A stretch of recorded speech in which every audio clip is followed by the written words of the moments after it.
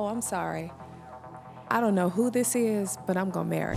Thanks to my wife, I'm where I... Now guys, we've all seen the beef between Katt Williams and Steve Harvey play out. I mean, these two were almost at each other's throat, to the point that Steve threatened punching Katt Williams. But it didn't even stop there, because somehow Marjorie Harvey got pulled right into it, and Katt is not holding back at all. He's been bringing up stuff from her past, and now people are saying she's allegedly stepping in and confronting him. So here's what's wild. Steve thought he was landing a hit by shading Katt again, like just casually throwing jabs, and Katt basically said, okay, cool, and flipped the whole thing right back on him. But instead of just keeping it about Steve, he dragged Marjorie straight into the spotlight, and now everybody's talking. Now let's rewind a little, because the backstory, it's not as clean as Steve makes it sound. Now we all know that the Katt Williams and Steve Harvey feud began when Katt accused Steve Harvey of country bumpkin black dude who stole joke ideas and lied about his past of being homeless. If I had a chance to talk to Katt about anything, I would just ask him what's... For those who don't know, Marjorie met Steve at a comedy club in Memphis. Like, he saw her and instantly knew she was the one. They clicked right away. But after a few weeks, Marjorie was gone. And people say it is because Steve wasn't financially stable at the time. Now, jump to 2005. They reconnect. But this time, Steve is doing well. And now, Marjorie is ready to try again. And then it gets messier. Because during all of this, Steve was already married to his second wife, Mary Shackelford. And Mary later came out saying Steve was allegedly cheating with Marjorie before their divorce was even finalized. The first time that I was aware of Marjorie, his present wife, I had nothing else left. I had nothing else to say. There were no more words. There were no more prayers. And at that moment, I had given it all. I had given it all for the sake of my family, for the sake of my marriage, for the sake of my foundation. But I'm starting to feel it, so bear with me. When I intercepted the phone call and Marjorie, his present wife, was on the phone, that was when I realized that it had really crossed over into something. Mary Shackelford did not stay quiet. She came out saying that after everything went down, Steve Harvey took their son Winton with him and then brainwashed the kid against her, twisted things in court, and left her with absolutely nothing. He took my Winton. Took my Winton from me. He turned my son against me. Had me evicted from our house. Thrown out.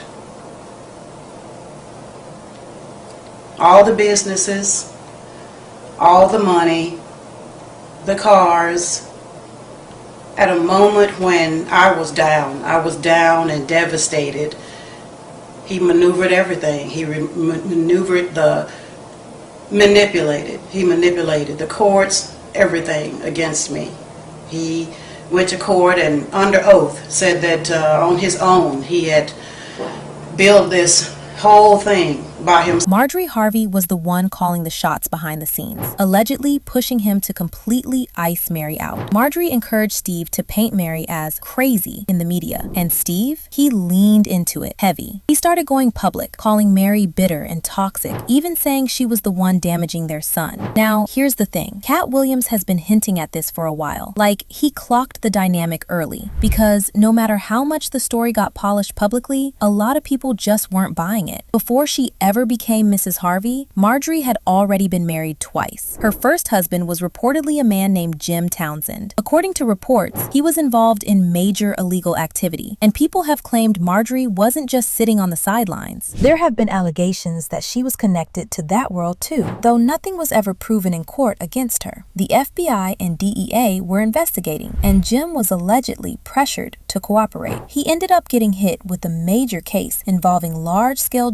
charges and was sentenced to life. He served decades before being released after a presidential pardon in 2017. Meanwhile, Marjorie, she was never charged with anything. She filed for divorce a few years into his sentence and moved on. She reportedly got involved with his cousin, Donnell Woods. He also ended up facing serious legal trouble and did time. And this is where people start connecting dots.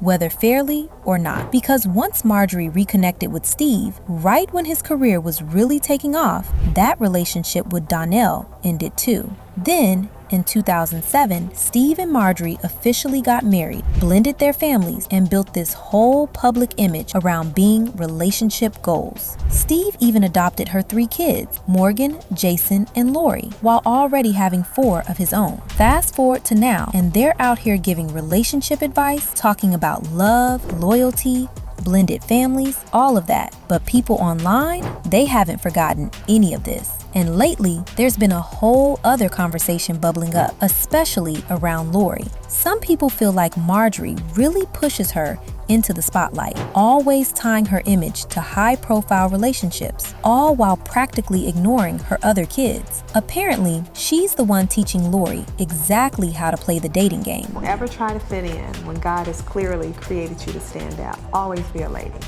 And understand, you are the prize.